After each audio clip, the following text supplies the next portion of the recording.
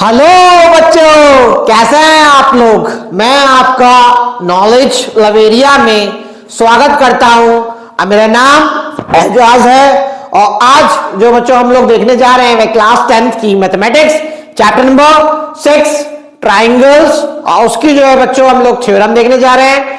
तो आइए मैं आप लोगों के सामने थ्योरम जो है वो पढ़ देता हूं। एक चीज मैं और बताना चाहता हूं, ये थ्योरम 6.1 है, इसको हम लोग बीपीटी थ्योरम कहते हैं, बेसिक प्रोपोर्शनैलिटी थ्योरम, और थेल्स थ्योरम के नाम से भी इसको बोला जाता है बच्चों। ठीक है, तो चलिए मैं आप लोगों के सामने इसको पढ़ना शुरू करता हूं। If a line is drawn parallel to one side of a triangle to intersect the other two sides in distinct points, the other sides are divided in the same ratio।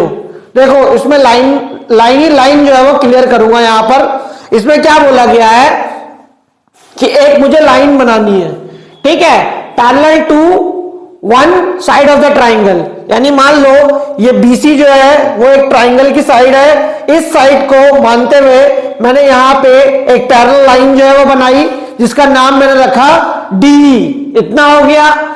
अब इस पैरेलल लाइन ने क्या करा, two sides in distinct points, यानी कि एक side ये हो गई ए बी और एक हो गया ए सी, इसको जो है वो डिस्टिंक्ट पॉइंट पे जाकर के क्या कहते हैं, मिला वहां पर। ठीक है, एक पॉइंट डी है और एक पॉइंट ई है। अब ये कह रहा है क्वेश्चन में कि जब मैं बीच में से पैरेलल लाइन पास करूंगा तो ये वाली साइड और ये वाली साइड, इनका रेशियो जो है वो क्या होना चाहिए, सेम आना चाहिए। रेशियो सेम का मतलब क्या होता है, यानी कि इनका जब साइड का फ्रैक्शन मैं डिवाइड करूं तो वो सेम आना चाहिए। देखो मैं एक एग्जांपल लेकर के बता देता हूं। जैसे मान लो 1 सेंटीमीटर ये है, 2 सेंटीमीटर ये है, और ए जो है वो कितना है, 2 सेंटीमीटर ये हो गया, ठीक, और ईसी जो है वो कितना है, 4 सेंटीमीटर है। तो एडी और बीडी को जब मैं डिवाइड करूंगा तो कितना हो जाएगा, बता रहा हूं समझाने के लिए, AD upon BD equal to 1/2 हो गया। और उसी तरीके से जो है वो ए अपान ईसी को जब मैं डिवाइड करूंगा तो 2 अपॉन क्या हो जाएगा, 4 हो जाएगा। तो इसको मैं डिवाइड कर दूंगा। तो देख लो गौर से, यहां का रेशियो और यहां का रेशियो जो है वो सेम आ रहा है। तो मुझे ये जो है वो क्या करना है, प्रूफ करके दिखाना है।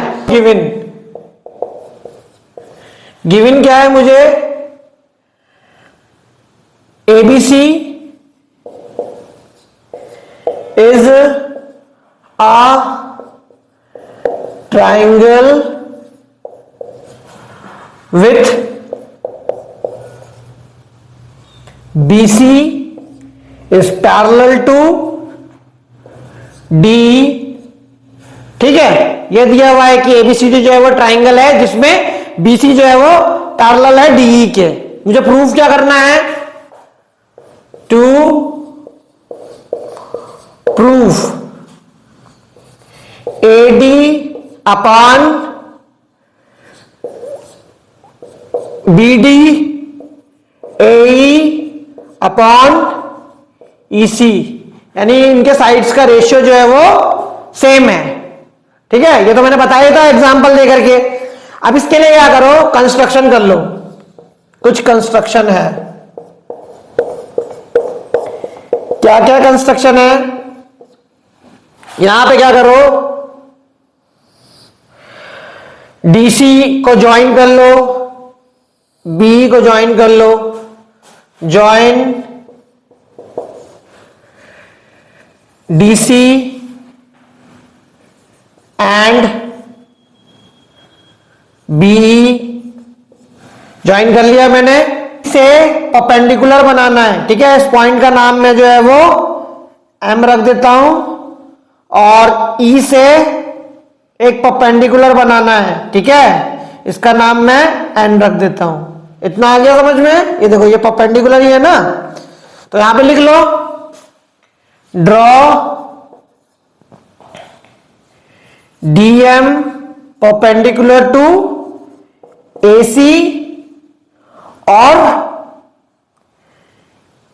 And E N is perpendicular to A B. यानी कि मुझे ऐसा लेना है कि ये जो ए बी जो है वो साइड दिख रही है ना, ई एन जो है वो उसके लिए क्या है, परपेंडिकुलर है, यानी कि उसकी हाइट का काम करना चाहिए वो। मैंने कर दिया।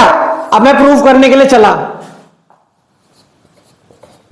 प्रूफ सबसे पहले मैं क्या करूंगा, सबसे पहले मैं लूंगा, क्या लूंगा इसमें, एरिया ट्राइंगल ए डी ई लूंगा बच्चों। ठीक, एडीई ट्राइंगल लिया मैंने। उसके बाद एडीई ट्राइंगल लिया तो आप जानते हो एरिया ऑफ ट्राइंगल जो है वो क्या होता है, 1/2 बेस इंटू हाइट होता है। यहां पे लिख देता हूं मैं, area of triangle equal to 1/2 base into height. इतना हो गया। तो इसी तरीके से इसमें भी होगा, जब मैं इसका एरिया निकालूंगा तो क्या हो जाएगा, 1/2 इंटू ए डी ई। देखा, तो ए डी ट्राइंगल के अंदर ये तो क्या हो गया, ये तो हाइट हो गया, ई एन जो है वो हाइट हो गया। तो क्या हमारा बेस क्या होगा, एडी होगा। तो एडी इंटू ई एन, कितना हो गया। उसके साथ साथ मैं अब दूसरा भी ट्राइंगल लूंगा। कौन सा ट्राइंगल लूंगा मैं, एरिया ऑफ ट्राइंगल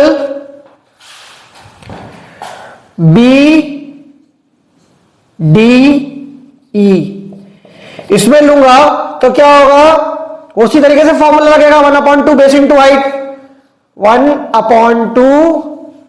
अब देखो क्यों, ये थोड़ा सा सीधा नहीं है, और हम लोग जो है वो हाइट हमेशा किसको कंसीडर करते हैं, जो बिल्कुल जो है वो सीधा होता है, बिल्कुल 90 डिग्री में परपेंडिकुलर होता है, उसी को हाइट मानी जाता है। तो मैं यहाँ क्या करूंगा, अगर इस साइड को मैं यहाँ पे बढ़ाऊंगा ना, एक्सटेंड करूंगा, तो ई एन जो है वो इस ट्राइंगल बी डी ई की हाइट मानी जाएगी, ई एन। तो ठीक है, ई एन जो है वो हाइट हो गई। तो मैं बेस क्या लूंगा इस ट्राइंगल का, बेस तो यही रहेगा, तो बी डी आ जाएगा यहां पे इंटू ई एन आ जाएगा। इतना हो गया। अब यहां पे मैं क्या करूंगा, area of triangle A D E को डिवाइड कर दूंगा area of triangle B D E से।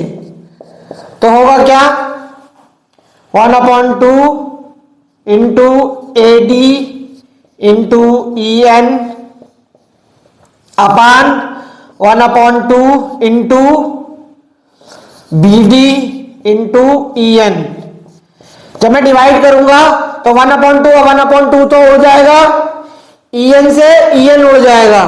तो अपने पास अभी क्या बचा, एरिया ऑफ एडीई और एरिया ऑफ बीडी, क्या बचा, ये बचा हमारा एडी अपान बीडी। पहली इक्वेशन इसको मान लो, एरिया ऑफ ट्राइंगल एडीई। अगर मैं फिर दोबारा लूंगा तो देखो, बताया मैंने 1/2 बेस इंटू हाइट होता है, तो एडी ट्राइंगल है यहां पे। अगर मैं यहां से देखूंगा, ठीक है, तो इसको मैं क्या कहते हैं, बेस मान सकता हूं एई को, ठीक है, और डी एम को मैं क्या मान सकता हूं, हाइट मान सकता हूं, क्योंकि देखो आपको बताया ये यहां पे क्या है, परपेंडिकुलर है। तो मैं यहां पे लिख देता हूं 1/2 इंटू बेस कितना है, एई अपान डी एम। इतना हो गया। अब मुझे कौन सा ट्राइंगल लेना है, याद रखना, area of triangle DE C. DEC triangle लूंगा मैं, तो यहां पे उसका भी फॉर्मूला वही बनेगा, देख सकते हो, डीईसी 1/2 इंटू, अब यहां पे सुनना एक बात, देखो डीईसी, तो डीईसी जो है वो क्या है, एक ट्राइंगल है यहां पे, लेकिन इसकी हाइट जो कंसीडर करी जाएगी ना, जब मैं यहां से ईसी को एक्सटेंड कर दूंगा, तो ये क्या कहते हैं, डी एम जो है ना, ये इस ट्राइंगल की हाइट हो जाएगी। समझ में आया क्यों, क्योंकि ये जो है वो इस पोजीशन में नहीं है, यहां पे थोड़ा सा टेढ़ा है ये ट्राइंगल, देखो ए डी ई सी, तो इसकी हाइट जो मानी जाएगी वो डीएम को मैं मानूंगा यहां पे, ठीक है। अब बेस जो है मैं क्या ले रहा हूं, यहां पे बेस जो है वो इस ट्राइंगल का मैं ईसी ही लूंगा, तो यहां पे ईसी और डीएम जो है वो हाइट मानी जाएगी। क्यों? क्योंकि जब मैं ईसी को एक्सटेंड कर दूंगा तो जो हाइट होगी डीईसी की वो डीएम ही कहलाएगी। अब क्या करो, यहां पे डिवाइड कर दो, area of triangle A D E equal to 1/2 into A into DM, और अगर मैं डिवाइड करूंगा यहां पे तो area of triangle DE C आ जाएगा, जो कि मुझे डिवाइड करना है यहां पर 1/2 into EC into DM. Solve करूंगा 1/2 से, 1/2 को जो है वो क्रॉस कर दो, क्या होगा, डीएम से डीएम जो है वो कट जाएगा। तो इस area of A D upon area of DC के लिए क्या आएगा, यहां पे आएगा ए अपॉन ईसी। इसको जो है वो सेकंड इक्वेशन मान लो कि देखो डीईसी जो है ना और बीडीई, इन दोनों का एरिया जो है ना वो सेम होगा। वो एरिया क्यों सेम होगा, क्योंकि देखो डीई जो है वो जो बेस है, ठीक है, जिस बेस पे ये दोनों ट्राइंगल बन रहे हैं, और एक तो बेस सेम है और दूसरा जो है वो डीई और बीसी जो है वो क्या है, पैरेलल लाइन है। तो ये 9th क्लास में आप लोगों ने थ्योरम में पढ़ा होगा कि अगर क्या कहते हैं बेस सेम होगा और पैरेलल लाइंस के बीच में बन रहा होगा वो दो ट्राइंगल, तो वो क्या होता है, उनका एरिया जो है वो सेम होता है, ठीक है। तो मैं यहां पे लिख देता हूं triangle B D E and triangle D E C are lie on the same base which is DE and between the same parallels BC and D. तो ये जो चीज मैंने लिखी है उससे क्या प्रूव होता है बच्चों कि area of triangle BDE equal to area of triangle DEC. इसका मतलब ये है कि ये वाला एरिया जो मैं शेड कर रहा हूं और ये वाला एरिया बीडीई, ये वाला एरिया, ये जो है दोनों एरिया जो है वो उनका सेम है। अब एक चीज बताता हूं मैं आपको, देखो मैंने क्या बताया था, इसको मान लो थर्ड इक्वेशन, इसको थर्ड इक्वेशन मान लिया मैंने, ठीक है। अब मैंने आपको क्या बताया था, एरिया ऑफ ए डी ई और एरिया ऑफ बी डीई क्या निकाल के दिखाया था बच्चों, एडी अपान बीडी निकाला था ना। उसी तरीके से एरिया ऑफ एडीई मैंने निकाला था एरिया ऑफ,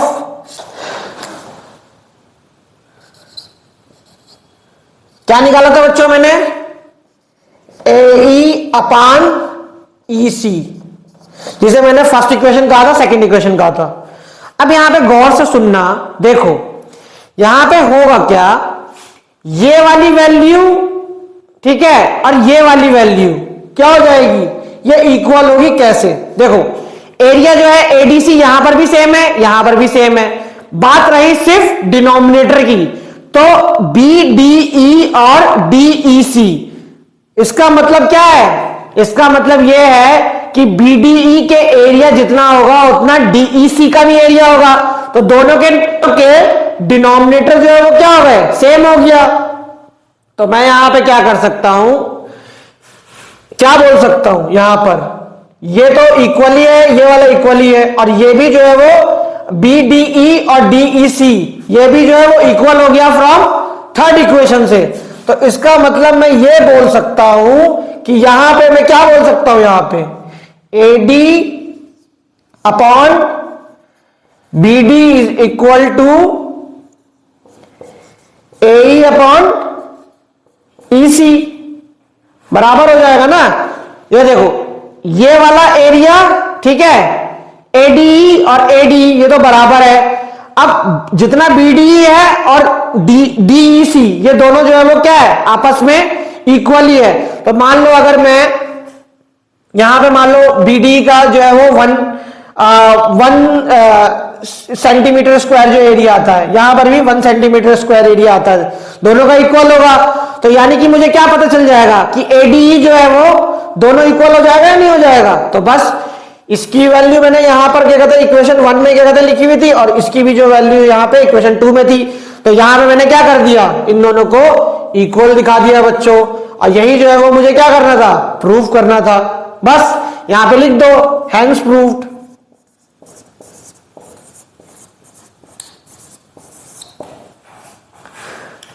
समझ में आया। तो ये वाला भी मैंने थ्योरम जो है बच्चों करा दिया, समझा दिया, बता दिया है।